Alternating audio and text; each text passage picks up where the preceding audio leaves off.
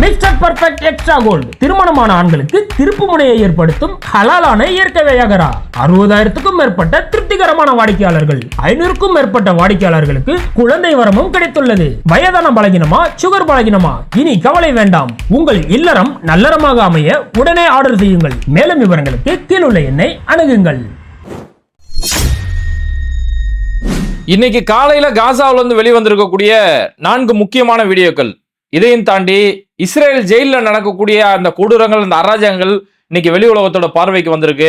இது எல்லாத்துக்கும் மேல காசாவில இருந்து அமெரிக்காவுக்கு போகக்கூடிய, அது குழந்தைகளா இருந்தாலும் சிகிச்சைக்கு போகக்கூடிய மக்களா இருந்தாலும் அவங்களுக்கு விசா மறுக்கப்படக்கூடிய இந்த விவகாரம், இப்படி பல்வேறுபட்ட செய்திகள் காசாவுடைய களத்துல இருந்து வெளிவந்திருக்கு. அது சம்பந்தமான முழுமையான விவரங்களை தான் இன்னைக்கு வீடியோல பார்க்க போறோம். இன்னைக்கு நிகழ்ச்சியில நம்ம கூட இருக்கக்கூடிய சிறப்பு விருந்தினர் ஆலந்தூர் யூசுப் நம்மளோட இருக்காங்க. அண்ணா அஸ்ஸலாமு அலைக்கும். வலைக்கும் ஸலாம் வரஹ்மத்துல்லாஹி வபரகாத்துஹு. ஆனா இப்போ இன்னைக்கு காலையில காசாவில இருந்து பல வீடியோக்கள் வெளியில் வந்திருக்குது. அது இன்னைக்கு உலக அளவுல வைரல் ஆகக்கூடிய வீடியோக்கள். அது என்ன வீடியோ? அது காசாவில இருந்து நிறைய வீடியோக்கள் வந்திருக்கு. அந்த வீடியோக்கள்ல இன்னைக்கு நம்ம பார்க்கறது ஒரு சிறிய பகுதி தான். இது மாதிரியான கொடூரங்கள் நிறைய நடந்த அந்த வீடியோக்கள்லாம் இருக்கு. அதெல்லாம் மக்கள் பார்க்கணும். பார்க்குற பட்சத்தில் இஸ்ரேல் எவ்வளோ கொடூரமான நாடு என்பதை நீங்கள் அறிஞ்சு கொள்ள முடியும். இந்த 4 வீடியோக்களை பாருங்க. இதில் இந்த முதல்ல ஒரு ட்ரோன் மாதிரி ஒன்று கீழே விழுகுது. என்ன சொல்லிக்கிட்டாங்க? மொசாட்டு நாங்கள் தான் பெரிய ஆள், எங்கிட்ட எல்லாமே இருக்குது, எல்லாமே கண்டுபிடிச்சிருவோம் அப்படின்னு சொன்ன இவங்க ஒரு ட்ரோன் மாதிரி இருக்குது. அது ஃப்ளைட்டுங்கிறாங்க. ஃப்ளைட் கிடையாது, ஒரு ட்ரோன். அந்த ட்ரோன் கீழே விழுகுது. கீழே விழுந்தோம் நீங்கள் பார்த்தீங்கன்னா அந்த ட்ரோனை விட்டு ஒரு வீடியோ எடுக்கிறாங்க. காசன் மக்கள் எல்லாம் வீடியோ எடுக்கிறாங்க. அதில் சிறுவர்கள் நீங்கள் பார்க்கலாம். சிறுவர்கள் ஓடியே போய் அந்த ட்ரோனை உடைக்கிறாங்க. இன்னைக்கு இருக்க தேவையில அதை எடுத்துட்டு போய் ஒரு பிளாஸ்டிக் அங்கே பண்ண முடியுமான்னு கேட்டால் அதுக்கான வாய்ப்பெல்லாம் இருக்குது. பிளாஸ்டிக்கா உருக்கி சொற்பமான விலைக்கு வாங்குற வேலையும் இவங்களே செஞ்சுக்கிட்டு இருக்காங்க. அது ஒரு தனி விஷயம். அந்த பிளாஸ்டிக்கை எடுத்துட்டு போய் அதை விற்கலான்னு கூட நினைக்காம அதை உடைச்சு சுக்குநூறா எரியிறாங்க, சிறுவர்கள் உட்பட எல்லாரும் சேர்ந்து. இல்ல அந்த சிறுவர்களுக்கு அப்படின்னா கோபம். நல்ல கேள்வி. அதாவது 303 பள்ளிக்கூடங்கள் இருந்தது. இன்னைக்கு 297 பள்ளிக்கூடங்கள் அழிக்கப்பட்டிருக்கு. இப்ப நம்ம பரவலா செய்தி கேள்விப்பட்டிருப்பீங்க. இஸ்ரேல்ல இருந்து இன்னும் பிற பகுதிகளில் இருந்து நிறைய 600 லாரிகள் உள்ள வரணும் அப்படின்னு கேள்விப்பட்டிருப்போம். அது வெறுமன உணவு மட்டும் கிடையாது. படிக்கக்கூடிய மாணவர்களுக்கான புஸ்தகங்கள், இது போன்ற விஷயங்கள் நிறைய இருக்கு. பென்சில், இது மாதிரிலாம் இருக்குது. படிப்புகள்லாம் தடுத்து வச்சிருக்கிறாங்க. தடுத்து வைக்கிறது மட்டும் இல்லாம ஜிஹெச்எஃப்னு வச்சிருக்கிறாங்கல்ல, மனித கொடூர அமைப்பு அதுக்கு பேரு. இவங்க ஹியூமனிடேரியன் ஃபவுண்டேஷன் வச்சுக்கிறாங்க, திருட்டு பசங்க. ஆனா அதுல கிட்டத்தட்ட 1736 பேர் கொண்டு இருக்காங்க.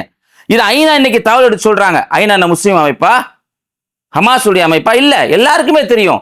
அதுல பர்டிகுலரா டீனேஜ் பசங்களையே தேர்ந்தெடுத்து கொண்டிருக்கிறாங்க. அதுலயும் பாத்தீங்கன்னா இந்த கார்டியன் நியூஸ் சொல்லக்கூடிய தகவல், 4 குழந்தைகளை ஒரு சேம் டேல என்ன பண்ணிருக்காங்கன்னா அவங்களுடைய பிறப்பு அந்த பிரைவேட் பார்ட்லயே சுட்டு கொண்டிருக்கிறாங்க. இந்த செய்தியெல்லாம் நம்ம உலகத்துக்கு தெரியல. இதெல்லாம் அந்த மக்கள் உணர்ந்து இருக்கிறாங்கல்ல, இருக்கக்கூடிய சிறுவர்கள் பார்க்குறாங்கல்ல, அட்ட பாவிகளான்னு சொல்லி அவங்களுக்கு அந்த விடுதலை வேட்கை வருது. இன்னைக்கு நம்ம இந்த சுதந்திரத்தினுடைய போராட்டத்தில் எப்படியெல்லாம் முஸ்லீம்கள் பாடுபட்டாங்க, இந்து மக்கள்லாம் எப்படி பாடுபட்டாங்க அப்படின்னு நம்ம பேசிக்கிட்டு இருக்கோமா இல்லையா? அது மாதிரி சுதந்திரத்தினுடைய வேட்கையாக அந்த குழந்தைகள் அவங்க அந்த ட்ரோனை உடைச்சி எறிகிறாங்க. இதுதான் அதுக்கு பின்னாடி இருக்கக்கூடிய காரணங்கள். இதோடு மட்டும் இல்லாமல் நீங்கள் பார்க்கலாம், நீங்கள் ஒரு பையன் ஒரு சாப்பாடை எடுத்துக்கிட்டு வர்றான். நீ என்ன சொல்ற? நாங்கள் அங்கே பீஸ்ஃபுல்லாக வச்சுருக்கிறோம், நாங்கள் பீஸ்ஃபுல்லாக தான் விரும்புகிறோம். அந்த வீடியோவை பாருங்க. எந்த விதமான எதுவுமே இல்லை. ஒரு சிறுவன் கொதிக்கிற சாப்பாடை கையில் தூக்கிட்டு வரான். அது பெரிய இன்னைக்கு நம்ம சாப்பிட்ற மாதிரி சாப்பாடா இல்லை, பாஸ்தா. இந்த பாஸ்தா தான் பெரும்பாலும் அவங்களுடைய உணவு. இன்னைக்கு நீங்களும் நானும் எந்த பிஸ்கட்டை சாப்பிட மாட்டோமோ, இறைவன் அவங்களுக்கு அருள் செய்யணும், அந்த பிஸ்கட்டை அவங்க சாப்பிட்டுட்டு இருக்காங்க. இந்த பார்லேஜி 3 ரூபா பிஸ்கட்டு, அந்த பிஸ்கட்டு தான் அந்த மக்களுடைய பிரதான உணவாக இருக்குது. அதை சாப்பிட்டுட்டு இருக்காங்க. அந்த மாதிரியான ஒரு சாப்பாடு எடுத்துக்கிட்டு அந்த பையன் வாட்டில் அமைதியாக வந்துட்டு இருக்கான். அவனுடைய லெக்கில் கரெக்டாக சொல்றாங்கன்னா எவ்வளவு கேவலமானவங்களா இருப்பாங்க. அதான் அடுத்த ஒரு தலைமுறையே இருக்கக்கூடாதுன்னு நினைக்கிறாங்க. ஆனா நான் உலகத்துல அமைதியா விரும்புறோம் அப்படின்னு சொல்லிக்கிறாங்க. இந்த வீடியோக்கு அப்புறம் நீங்க இன்னொரு வீடியோ பார்த்தீங்கன்னு சொன்னா, ஒரு பெண்கள் எல்லா இடங்களும் மதிக்கப்பட வேண்டியவங்க நம்ம பார்க்குறோம்.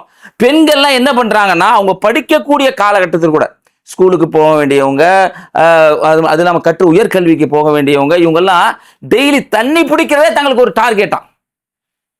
தண்ணி குடிக்கிறதே எங்களுக்கு ஒரு டார்கெட். ஏன்னு சொன்னா அவங்களுக்கு இஸ்ரேலால் உருவாக்கப்பட்ட பஞ்சம், கவனிக்கணும், பஞ்சம் ஏற்படல. இஸ்ரேலால் உருவாக்கப்பட்ட பஞ்சத்துல அவங்களுக்கு சாப்பாடு கிடையாது, தண்ணி தான் முக்கியமான உணவு. ரிப்போர்ட் உட்பட எல்லாருமே தண்ணியை தான் குடிச்சு 3 நாள் 4 நாள் தான் நாங்கள் வாழ்றோம்னு சொல்றாங்க. அப்படிப்பட்ட அந்த தண்ணி பிடிக்கக்கூடிய காட்சியை பெண்கள் அப்படியே நீளம் தண்ணி பிடிக்கக்கூடிய காட்சி இன்னைக்கு உலகத்தை உழுக்காம இருக்குது. உலகம் இதுக்காக பேசாம இருக்கு. ஆனா வேற வேற விஷயங்களுக்காக பேசுறாங்க. இன்னைக்கு கூலி படம் அதை போச்சா ஊத்திக்கிச்சாது, என்ன ஆட்டண்டா அன்னைங்க, எவ்வளவு 1000 கோடி 2000 கோடி. அவர் பெரிய மனித புனிதர் மாதிரி, லோகேஷ் கனகராஜ் அவர் பேரு, அவர் வந்து மக்கள் பார்த்தால் போதும், 150 ரூபாய் கிடைத்தால் போதும், இப்படிலாம் சீன் போட்டீங்க. இன்னைக்கு போயிடுச்சு. ஆனா இதை தான் இன்னைக்கு உலகம் பேசிக்கிட்டு இருக்கு. அந்த மக்களுடைய வாழ்க்கையை பாருங்க, தண்ணி பிடிக்கக்கூடிய காட்சி பார்க்கறதுக்கே அவ்வளோ பரிதாபமா இருக்கு. பெண்கள் கஷ்டப்படுறாங்க. அதுக்கடுத்து வந்திருக்கக்கூடிய அந்த இன்னொரு காட்சியை பார்த்தீங்கன்னா, அதாவது அந்த ஏட் சென்டர்ல இருக்கக்கூடிய சாப்பாடு கீழே கொட்டிருச்சு. அந்த பையன் அந்த வீடியோ பார்க்குறவங்களுக்கு தெரியும். கீழே மேல்பாங்க அந்த சாப்பாடு அந்த பையன் அள்ளுறான். அந்த சிறுவன் அப்படியே மேல்பாங்க அள்ளுறான். அதை அள்ளி அள்ளி போட்டுக்கிட்டே இருக்கிறான். இன்னொரு பக்கம் நீங்க கவனிச்சு பார்த்தீங்கன்னா, அந்த சாப்பாடை வாங்குறதுக்காக ஒரு பாத்திரத்தை ஒரு குழந்தை கேட்கும், அது எனக்கு கொஞ்சம் போட, நானும் சாப்பிட்றேன். ஏன்னா காசாவில் இப்போ வந்துக்கூடிய தகவல் 5 பேர்ல 2 பேர் 3 பேர் கடுமையான பசியில் இருக்காங்க. இதையும் ஐநாவா சொல்றாங்க. இப்படிப்பட்ட நிலையில் இருக்காங்கன்னு சொல்றாங்க. இந்த காட்சிகள் எல்லாம் அதை தான் இன்னைக்கு உணர்த்தக்கூடியதா இருக்கு. மக்கள் இதெல்லாம் பார்த்து அவருக்காக குரல் கொடுக்கணும், வெகுஜன மக்கள் குரல் கொடுக்கணும் அப்படிங்கிறதா பலஸ்தீன மக்களுடைய எதிர்பார்ப்பா இருக்குது. எங்களுக்காக குரல் கொடுக்கணும் அப்படிங்கிறது அவங்களுடைய எதிர்பார்ப்பா இருக்கு. சரி, நான் இப்படியாப்பட்ட நேரத்துல இப்படி காசாவில் காயமடைந்த இந்த குழந்தைகளோ இல்ல வேற ஏதாவது தேவைகளுக்கோ அவங்க அமெரிக்காவுக்கு போனாங்கன்னா, காசாவில் இருந்து அமெரிக்காவுக்கு வந்தாங்கன்னா விசா தடை அப்படின்னு ஒரு தடை உத்தரவு போடப்பட்டிருக்கு. அது என்னென்ன விஷயம்? அதாவது இது எந்தமே நம்ம நீங்களோ நானோ உங்க மடியில இருந்தோ ஏன் மடியில இருந்தோ எடுத்து சொல்றது இல்லைங்க. ஓச்சோ யாருடையது? ஐநாவினுடைய உணவு பாதுகாப்பு குழந்தைகளுக்காக நலன் உள்ள ஒரு அமைப்பு. அதுல அந்தோனியம் டெட்ரோஸ் இருக்காங்க. அவங்க என்ன சொல்றாங்கன்னா, அதாவது ரொம்ப கிரிட்டிக்கலா இருக்க குழந்தைங்க, லைஃப் சேவிங் கேர் அப்படின்னு சொல்றாங்க. உடனே ட்ரீட்மெண்ட் பண்ணும். புரிஞ்சுக்கிறதுக்காக சொல்றாங்க. ஒரு ஐசியூல வச்சு ட்ரீட்மெண்ட் பண்ற மாதிரி குழந்தைங்க. அவங்களுடைய குழந்தைகளுடைய எண்ணிக்கை எத்தனை பேர் தெரியுங்களா? 14,800 பேர். இதுக்கு மேல கூட தான் இருக்கும். ஏன்னா அங்க உள்ள போக முடியலையே. அவர் சொல்றது 14,800 பேர். அதுல 32 பேர் தான் இவங்க போறதுக்கு அனுமதி கொடுக்குறாங்க. அது போறதுல கூட வயசானவங்க இருக்கணும். உங்க வீட்டுல இப்போ ஒரு 25 வயசு 30 வயசுல ஒரு ஆள் இருந்தா போக முடியாது. ஒரு 10 வயசு குழந்தைக்கு பாதிக்கப்பட்டிருந்து 25 வயசு 30 வயசு குழந்தைங்க இருந்தா நீங்க போக முடியாது அப்படிங்கிறது தகவலா இருக்கு. எந்த வயசு போகணுமா? 75 80 வயசு ஆட்கள் தான் போக முடியுமா? அதை எல்லாத்தையும் கொண்டு போய் சாப்பிடுச்சானே. ஆமா, இப்படியான நிலையை ஏற்படுத்தி வச்சிருக்காங்கன்னு சொல்லி சொல்றாங்க. இதுல இந்த குழந்தைகளை காப்பாத்தி கொண்டு போறாங்கல்ல, அங்க ஒரு பெரிய ரவுடி பொம்பளை இருக்கிறா. எங்க? அமெரிக்கால. Right hand. நம்ம நாட்டுல சில பேர் கேஸ் கேள்விப்பட்டிருப்பீங்க. நம்ம பாராளுமன்றத்தை ஒரு அம்மா பேசினாங்களேங்க, நம்ம எல்லாம் கேள்விப்பட்டிருப்பீங்க. கோட்சேவை புகழ்ந்து பேசினாங்கல்ல, கோட்சேவை புகழ்ந்து பேசணும்னா 1 வாரம் நடவடிக்கை எடுத்து வச்சாங்க. கேள்விப்பட்டிருப்பீங்களா இல்லையா? அந்த பொம்பளை எல்லாம் கம்பேர் பண்றப்ப இந்த பொம்பளை அதுக்கு மேல. அந்த பொம்பளை என்ன பண்ற, அந்த லுமார் அப்படின்னு சொல்ற அது லூசு என்ன பண்றான்னா, காசாவில இருந்து குழந்தைகள் வந்து அங்க ட்ரீட்மெண்ட் எடுக்கிறாங்களா அமெரிக்கால. 32 பேர் தான் கூட்டிட்டு வந்திருக்கிற. அப்படி வர்றவங்க எல்லாம் தீவிரவாதிகளா மாறுறாங்க, கெட்டவங்களா மாறுறாங்க. என்னடி காரணம் அப்படின்னு கேட்கறாங்க பொதுமக்கள். கேட்கறாங்க, நம்ம கேட்கல. என்னடி காரணம் அப்படின்னு பொதுமக்கள் கேட்கறாங்க. ஏன்டி இப்பெல்லாம் பேசுறியா? உனக்கெல்லாம் அறிவு இருக்கா? சோறு தான் திங்கிறியா, வேற எதுவும் திங்கிறியா அப்படிங்கிற மாதிரி அங்க இருக்கக்கூடிய மனித அந்த சமூக ஆர்வலர் அமைப்பு கேட்கறாங்க. கேட்டா பென்சில்வேனியாவில் இந்த கால் உடைஞ்ச கை இல்லாத கிரிட்டிக்கலா இருக்கக்கூடிய குழந்தைகள்லாம் வந்து இறங்குனாங்கல்ல. அப்ப எல்லாரும் கை தட்டினாங்கல்ல. கை தட்டினவங்க எல்லாம் பாத்தீங்கன்னா யாரா இருப்பாங்க? ஹமாஸ் ஆதரவாளர்ல. உங்களுக்கு ஞாபகம் இருக்கலாம், மனிதாபிமானத்தோட யாராவது ஆதரிச்சாலும் அவங்களே தீவிரவாதி ஆதரிச்சு எல்லா மக்களும் குரல் கொடுத்த மக்கள் ஒரு ஆர்ப்பாட்டம், பல விஷயங்கள் ஆர்ப்பாட்டம் பண்ணாங்க. அதுல பாத்தீங்கன்னா இந்தியாவில் நடந்த என் மனதை கவர்ந்த விஷயம் என்னன்னு சொன்னா, அந்த கத்துவாங்கிற மாவட்டத்தில் ரசானாங்கிற கிராமத்துல ஆசிஃபாங்கிற ஒரு குழந்தை இந்து மக்கள் புனிதமா மதிக்கக்கூடிய கோயில் கருவறையில வச்சு காலை ஒட்டச்சு கற்பழிச்சாங்க. எல்லா மக்களும் போராடினாங்க. இந்து மக்கள்லாம் கொந்தளிச்சு போய் போராடினாங்க, கிறிஸ்துவர்லாம் கொந்தளிச்சு போய் போராடினாங்க. அந்த சமயத்துல கோட்டக் பேங்க்குடைய மேனேஜர் கேரளால இருக்கவன் என்ன பதிவு செஞ்சான்னா, இந்த குழந்தை தீவிரவாதியா வரப்போகுது, அப்படியே வரப்போகுது, இப்படி வரப்போகுதுன்னு பேசுறானா இல்லையா? இந்த ரைட் ஹேண்ட்லாம் இப்படிதான் இருப்பாங்க. இந்த சங்கிகளுக்கெல்லாம் இந்த புத்தி தான் இருக்கும். இதுல உச்சபட்ச சங்கி தான் லுமார். பொம்பளைங்க 32 வயசு. இன்னைக்கு சட்டம் போட்டு இந்த பைத்தியம் இருக்கிறானே இவன், இந்த மைனர் இருக்கானே ட்ரம்ப், அவன் ஆமா நீ சொல்றது கரெக்டு தான். டேய் பாவிகளா, கால் இல்லாதவங்க கை இல்லாதவங்கடா, அவங்க எப்படி அப்படி மாறுவாங்க? தடை போட்டு அவங்க வரக்கூடாது. அதையும் தாண்டி இத்தாலிக்கு சில பேர் போறாங்க. அவங்களுக்கு அங்க இருக்கக்கூடிய நல்ல மக்கள் இருக்கிறாங்க. ரோம்ல ஆர்ப்பாட்டம் நம்மளே பேசியிருக்கோம். அங்க ஆதரவு கொடுக்கப்பட்டு கொண்டிருக்கிறது. இதுதான் இந்த விசா. யாருக்குன்னா ஹமாஸுக்கு இல்ல, பலஸ்தீன காசாவாசிகளுடைய அப்பாவி குழந்தைகள் கைகாலில் குழந்தைகளுக்காக இந்த தடை போடப்பட்டிருக்கிறது. மக்கள் அறிஞ்சு அவங்களுக்காக குரல் கொடுக்கணும் அப்படிங்கிறது தான் மக்களுடைய எதிர்பார்ப்பா இருக்கு. சரி, நான் இப்போ நெத்தனியா தரப்புல இருந்து ஒரு அறிவிப்பு, கிரேட்டர் இஸ்ரேல் அப்படின்னு ஒரு அறிவிப்பு கொடுத்திருக்காரு. சிலர் இந்த இடத்துல கண்டனமும் தெரிவிச்சிருக்காங்க. நான் கிழிச்சாரு கிரேட்டர் இஸ்ரேல். அது என்ன கிரேட்டர் இஸ்ரேல்? இந்த 40 கிலோமீட்டர்ல நீ போய் ஒன்னா, அந்த 40 கிலோமீட்டர் கஷ்டம், அதுல போய் ஒன்னால ஒண்ணு புடுங்க முடியல, அங்க போய் யாரும் பார்க்க முடியல. உங்க ஆள் இயால் என்ன சொல்றாரு, இயால் ஜாமியார் என்ன சொல்றாருன்னா, நம்ம வீரர்களும் அங்க போய் விடக்கூடாது, அது வந்து ஒரு மரண பொறி ஆயிரும். இப்போ 40 கிலோமீட்டர்ல இருக்காங்கல்ல, 30-40 பேர் தான் முடிச்சா, அவங்க பிடிச்சா வேலை முடிச்சலாம். அதை ஏன் ஒன்னால கிழிக்க முடியல? கிரேட்டர் இஸ்ரேலாம், கிரேட்டர் இஸ்ரேல் எதெல்லாம் வரணும்னா, எகிப்து வரும், ஜோர்டான் வரும், அது சிரியாவில் இருக்கக்கூடிய கோலன் ஹைட்ஸ் வரும், இதுவெல்லாம் சேர்ந்ததுன்னு சொல்லி i24 சேனலுக்கு நெத்தனியா பேட்டி கொடுக்குறாரு. பேட்டி கொடுத்தோம்னா அனஸ் ஷரீஃபுக்கு இவங்க குரல் கொடுக்கல, ஜேர்னலிஸ்ட் கொல்லப்பட்டதை நம்ம பேசியிருப்போம். உடனே இந்த OICன்னு சொல்லி இஸ்லாமிய கூட்டமைப்புன்னு வச்சிருக்காங்கல்ல, அதுல GCCன்னு வச்சிருக்காங்க, அதுல 31 நாடுகள் சேர்ந்து இஸ்ரேல் பேசியது கண்டிக்கத்தக்கது, நாங்கள் விடமாட்டோம். அட முட்டா பசங்களா, உங்களுக்குன்னு வந்தா ஒண்ணு, மற்றவங்களுக்கு வந்தா வாய் மூடி இருப்பீங்க. இதுதான் நெத்தனியா சொல்லியிருக்கிறாரு. இது நடப்பதற்கான வாய்ப்பு இல்லை. இது அஃபீசியலா சொல்லியிருக்கிறது. அன்அஃபீசியலா அங்க வெளியில சொல்லிட்டு இருக்க என்ன தெரியுமா? இப்ப அகண்ட பாரதம் இன்னைக்கு இங்க சொல்லிக்கிறாங்களாங்க. எதெல்லாம் சொல்றாங்க? கந்தகார் வரைக்கும் சொல்றாங்க, ஆப்கானிஸ்தானுக்கு கந்தகார் வரைக்கும். போய் பாரு என்ன நடக்குன்னு சொல்றத செய்யணும்ல, போய் பாரு அப்படின்னு மக்கள் இன்னைக்கு பேசிட்டு இருக்காங்க. அது மாதிரி அன்அஃபீசியலா சொல்றது எது தெரியுமா? சவுதியா வரைக்கும் மீன் பண்ணி சொல்றாங்க, ஹரம் வரைக்கும் மீன் பண்ணி சொல்றாங்க. இப்ப சவர்மா இருக்கான், சல்மான் இருக்கான். காலமும் சூழ்நிலை மாறினா இதோடைய கதைகள் மாறும். இது வந்து இறைவனுடைய புனித ஆலயமா மக்கள் பார்க்கிறாங்க. இதற்கு பெரும் விலை கொடுத்தாவது, விலை தலை என்றாலும் அதற்கு தயாராக இருப்பார்கள் முஸ்லிம் என்பதை மக்கள் இன்னைக்கு அதை அப்படி பேசிக் கொள்கிறார்கள். சரி, நான் இப்போ 1,00,000 பேர் காசாவில் இருக்கக்கூடிய 1,00,000 பேரை நாங்க பாதுகாப்பான இடத்துக்கு நகர்த்த போறோம் அப்படிங்கிற ஒரு அறிவிப்பு தொடர்ந்து வந்துகிட்டே இருக்கு. ஏற்கனவே வந்து இவங்க என்ன பண்ணாங்கன்னா, வடக்கு காசாவில் இருக்கக்கூடிய மக்களுடைய நிலைமையெல்லாம் மாற்றி 1 மில்லியன் மக்களை அப்படியே நாங்க கொண்டு போக போறோம் அப்படின்னு ஒரு தகவலை சொல்றாங்க. 2 விதமான தகவல் சொல்றாங்க. ஒரு தகவல்னா சூடானுக்கு கொண்டு போறோம். அட பாவிகளா, சூடான்ல ஏற்கனவே RSF SSFங்கிறதுக்கு 2 பிரிவாகி இராணுவ சண்டை நடந்து பல கொலைகள் நடந்துகிட்டு இருக்கு. அந்த பகுதிக்கு காசா மக்களை கொண்டு போறாங்களாம். இது ஒண்ணு, இது ஒரு அச்சுறுத்தல். இஸ்ரேல் காட்ஸ் அஃபீஷியலா என்ன சொல்றாருன்னு சொன்னா, நீங்க வாங்க, உங்களுக்கு வீடு கட்டி தரோம், உங்களுக்கு தேவையான பொருட்களை வாங்கி தரோம், சாப்பாடுலாம் தர்றோம். இது மாதிரி எத்தனை வாட்டரா சொல்லுவீங்க? வெக்கமா இல்லையா உங்களுக்குலாம்? அந்த மக்களை ஏத்துக்கிட்டாங்களா? மக்கள் என்ன பேட்டி கொடுக்குறாங்கன்னா, அனஸ் ஷரீஃபினுடைய குழந்தை, 2 வயசு குழந்தை இன்னைக்கு பேட்டி கொடுத்துருக்கு. ட்ரம்ப் இப்படிலாம் சொல்றாரு. அனஸ் ஹயாத்தோடு இருக்கும்போது கேட்கிறாரு, உயிரோடு இருக்கும்போது கேட்கிறாரு. குழந்தை சொல்லுது, என்ன நிலை ஆனாலும் பரவாயில்ல, இங்கே இருந்து மரணிப்போம், இதுதான் எங்க நாடு. எந்த சூழ்நிலையில சொல்லுது? 92% அங்க எதுவுமே இல்லை, மக்கள் வாழ்றதுக்கு தகுதியற்ற ஒரு நிலை என்று ஐநா சொல்லுது. அந்த இடத்துல அந்த குழந்தை சொல்லுது, 2 வயசு குழந்தை சொல்லுது. இவங்க என்ன சொல்றாங்க? உங்களை மாத்தி கொண்டு போறோம். இப்ப நிருபர் கேட்கிறாரு இஸ்ரேல் காட்ஸை பத்தி, 1,00,000 பேரை மாத்துறது சாதாரண விஷயமா? சும்மா நகர்ந்து போறது மட்டும் இல்ல, டென்ட் போடணும், அது கட்டணும், அதுக்கு தேவையானது எல்லாத்தையும் செய்யணும். இதெல்லாம் எப்படி செய்வீங்க? எந்த பகுதி கொண்டு போறீங்க? ரஃபாவிலையா, சோளம் கோரம்லையா, எந்த வழியா செய்ய போறீங்க அப்படின்னு கேட்டா அதுக்கு முறையான பதில் இல்லை. அப்ப என்னன்னா, அவங்கள விரட்டி அடிக்கணும் அப்படிங்கறத இவங்களுடைய எண்ணமா இருக்கு.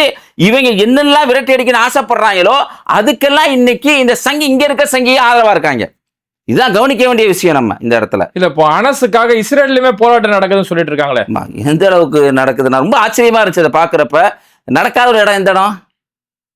நம்ம இந்தியாவில தான் நடக்கல எனக்கு தெரிஞ்சு, நம்ம தமிழ்நாட்டில் நடக்கல. ஆனா நம்ம தான் பேசுவோம், உலகத்திலேயே நம்பர் 1 யாருன்னு கேட்டா நம்ம அப்படி சொல்லிக்குவோம். போராட்டங்கள் முன்னெடுக்கப்படணுங்க. ஒரு ஜேர்னலிஸ்ட், 270 ஜேர்னலிஸ்ட் கொல்லப்பட்டிருக்கிறாங்க. அதுல 238 ஜேர்னலிஸ்ட் யாருன்னா அல் ஜசீராவுடைய சேர்ந்ததா.